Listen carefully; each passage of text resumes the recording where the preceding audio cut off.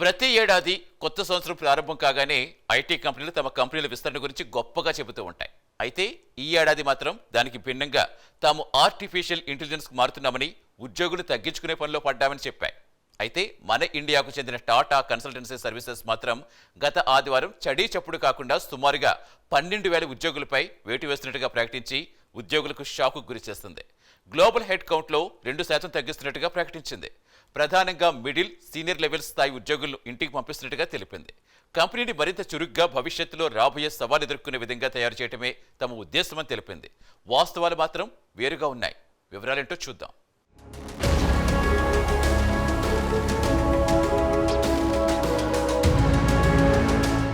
మన దేశంలో అతిపెద్ద ఐటీ కంపెనీ ఏదైనా ఉందంటే అది టాటా కన్సల్టెన్సీ సర్వీసెస్ లేదా టీసీఎస్. ఇక టాటా గ్రూపులో సుమారు 100 కంపెనీలున్న అత్యధిక లాభాలను ఆర్జించి పెట్టే కంపెనీ కూడా టీసీఎస్. ఇక మన దేశ ఆర్థిక వ్యవస్థకు అంతో ఇంతో సహకరించేది కూడా టీసీఎస్.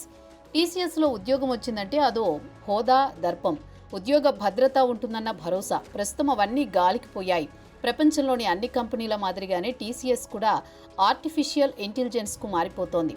రాబోయే రోజుల్లో మార్కెట్లో పోటీని తట్టుకునేందుకు ఇప్పటి నుంచే కంపెనీని మరింత చురుకుగా తయారు చేయాలనుకుంటున్నట్లు కంపెనీ యాజమాన్యం అయితే తెలిపింది.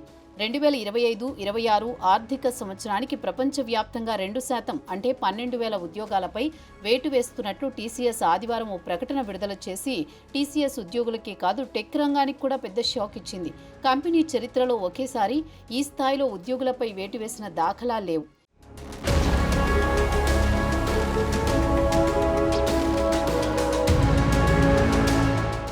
ఇక టీసీఎస్ యాజమాన్యం అసలు ఉద్దేశం మిడిల్ లెవెల్ నుంచి సీనియర్ లెవెల్ పొజిషన్లో ఉండే ప్రొఫెషనల్స్ను ఇంటికి పంపించాలనే ఆలోచనలో ఉంది. అలాగే జూనియర్ లెవెల్ స్థాయిలో ఉండే ఉద్యోగులపై కూడా కొంత ఉండవచ్చు. బెంచ్పై ఉండేవారిని మాత్రం ఖచ్చితంగా తొలగిస్తారనే టాక్ మాత్రం బలంగా వినిపిస్తోంది. ఇక TCS chief executive officer, managing director Krithivasan మాత్రం ఈ నిర్ణయం కాస్త కఠినమైందే కానీ తప్పడం లేదన్నారు. అయితే టీసీఎస్ తీసుకున్న నిర్ణయం మాత్రం చాలా మందికి ఆశ్చర్యానికి గురిచేసింది. ఎందుకంటే దేశంలో అతిపెద్ద ఐటీ కంపెనీల్లో ఉద్యోగం దొరికిందంటే ఇక చాలు, జీవితాంతం ఎలాంటి ఢోకా ఉండదు, కంపెనీతో పాటు ప్రయాణించొచ్చు అనే అభిప్రాయం ఉండేది. అదే కాకుండా టీసీఎస్ ఇప్పటి వరకు ఈ స్థాయిలో ఉద్యోగులపై వేటు వేస్తున్నట్టు కూడా కంపెనీ చరిత్రలో లేదు. అకస్మాత్తుగా వేలాది మంది ఉద్యోగులను రోడ్డున పడేసేసరికి ఐటీ రంగానికి చెందిన ఉద్యోగులే కాదు, సాధారణ వ్యక్తి కూడా ఆశ్చర్యపోతున్నారు. మరి ఉద్యోగుల్లో నైపుణ్యం కొరవడినందుక లేదా అందరూ ఆర్టిఫిషియల్ ఇంటెలిజెన్స్ వైపు వెళుతున్నందుకు తాము రేసులో వెనుకబడిపోతామన్న అనుమానాలతో సిబ్బంది కోత విధించే పనిలో పడ్డాయా అన్న అనుమానాలు కలగక మానవు.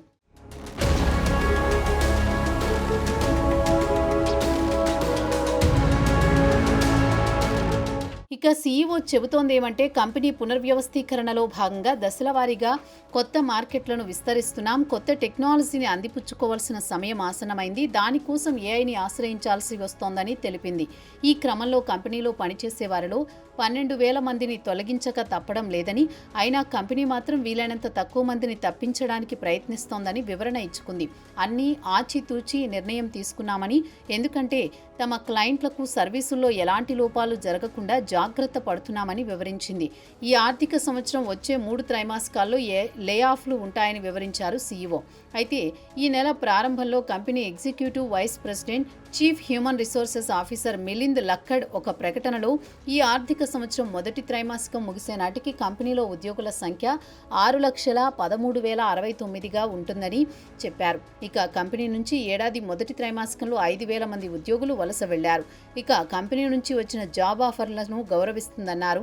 ఈ ఏడాది చివరి వరకు ముందుగా వచ్చిన జాబ్ ఆఫర్ల ప్రకారం వారిని తీసుకుంటామని చెప్పారు. అయితే భవిష్యత్తులో మాత్రం డిమాండ్ను బట్టి మాత్రమే ఉద్యోగుల రిక్రూట్మెంట్ ఉంటుందన్నారు హెచ్ఆర్ డైరెక్టర్.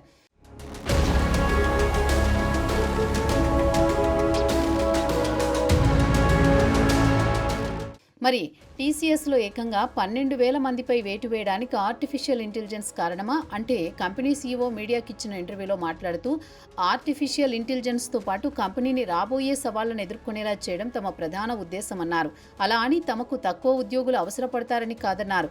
భవిష్యత్తులో అత్యంత నైపుణ్యం కలిగిన వారిని తీసుకుంటామని, వారికి శిక్షణ ఇస్తామని చెప్పారు. అవసరం ఎక్కడ ఉంటే అక్కడ ఉద్యోగులను తీసుకుంటామన్నారు. అయితే టీసీఎస్ మొత్తం 5,50,000 మందికి బేసిక్ ఏఐ ఏఐపై శిక్షణ ఇచ్చాం. వారిలో సుమారు 1,00,000 మందికి అడ్వాన్స్ ఏఐలో శిక్షణ ఇచ్చాం. టెక్ రంగంలో రాబోతున్న మార్పులను దృష్టిలో ఉంచుకుని వారికి ముందస్తుగా శిక్షణ ఇచ్చామని వివరించారు. అయితే శిక్షణ ఇచ్చిన ఉద్యోగులు, ముఖ్యంగా సీనియర్ లెవెల్ ఉద్యోగులు కొత్త పాత్రల్లో రాణించలేకపోతున్నారు. వారు పాత ప్రాజెక్టులపై ఉన్న పట్టు నుంచి బయటపడలేకపోతున్నారని టీసీఎస్ సీఈఓ వివరించారు.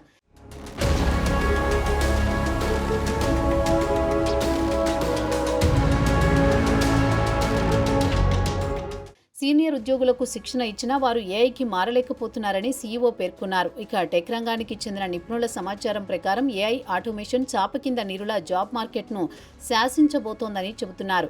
మాన్యువల్ టెస్టింగ్ లాంటి పాత్రలను ఏఐ ఆక్రమించబోతోంది.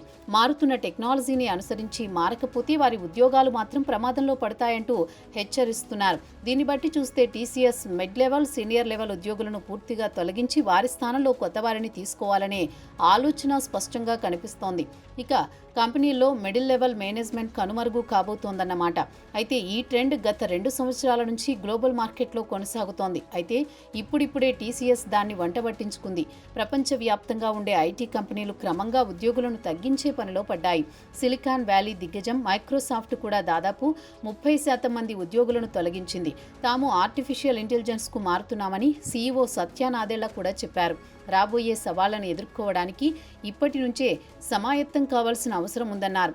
ఏఐ, క్లౌడ్, ఎంటర్ప్రైజెస్ టూల్స్కు మారాల్సిన అవసరం ఉందన్నారు. ఇక మైక్రోసాఫ్ట్ తమ ఉద్యోగులను రోజువారీ పనిలో భాగంగానే కోపైలట్ టూల్స్పై శిక్షణ తీసుకోవాలని ప్రోత్సహిస్తోంది.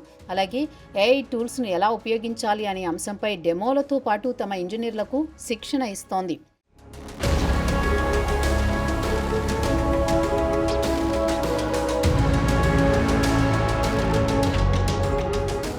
ఇక ప్రపంచంలోని అతిపెద్ద ఐటీ కంపెనీలైన ఇంటెల్ను తీసుకుంటే 24,000 మందిని ఇంటికి పంపించేందుకు రంగం సిద్ధం చేసుకుంది.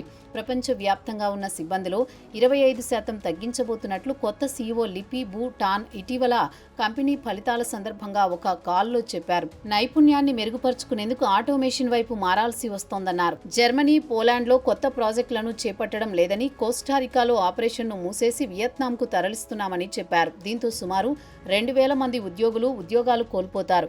ఇక మార్క్ జుకర్బర్గ్కు చెందిన మెటాతో పాటు క్లామా అనే ఫైనాన్షియల్ రంగానికి చెందిన కంపెనీ ఐబీఎంలు కూడా ఆర్టిఫిషియల్ ఇంటెలిజెన్స్కు మారుతున్నందున ఉద్యోగులపై వేటు వేయాల్సి వస్తోందని వివరణ ఇచ్చుకుంది.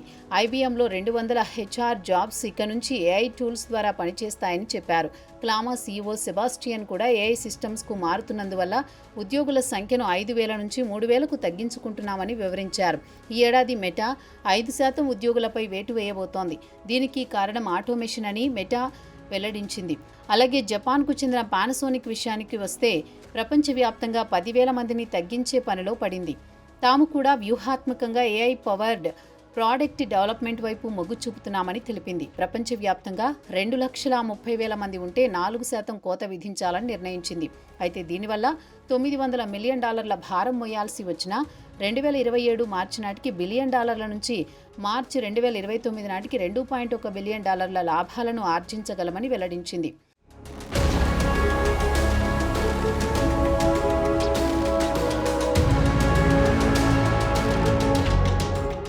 ఇక టీసీఎస్ విషయానికి వస్తే స్వచ్ఛంగా వెళ్లిపోవాలనుకునే వారికి గౌరవంగా పంపిస్తామని, వారికి రావాల్సిన జీతభత్యాలతో పాటు నోటీస్ పీరియడ్ ప్రకారం స్టాండర్డ్ హెచ్ఆర్ పాలసీ ప్రకారం ఇన్సూరెన్స్ కవరేజీతో పాటు వారికి రావాల్సిన బెనిఫిట్స్ ఇస్తామని, కౌన్సిలింగ్ ఇస్తామని, మానవతా దృక్పథంతో వ్యవహరిస్తామని సీఈఓ వివరించారు.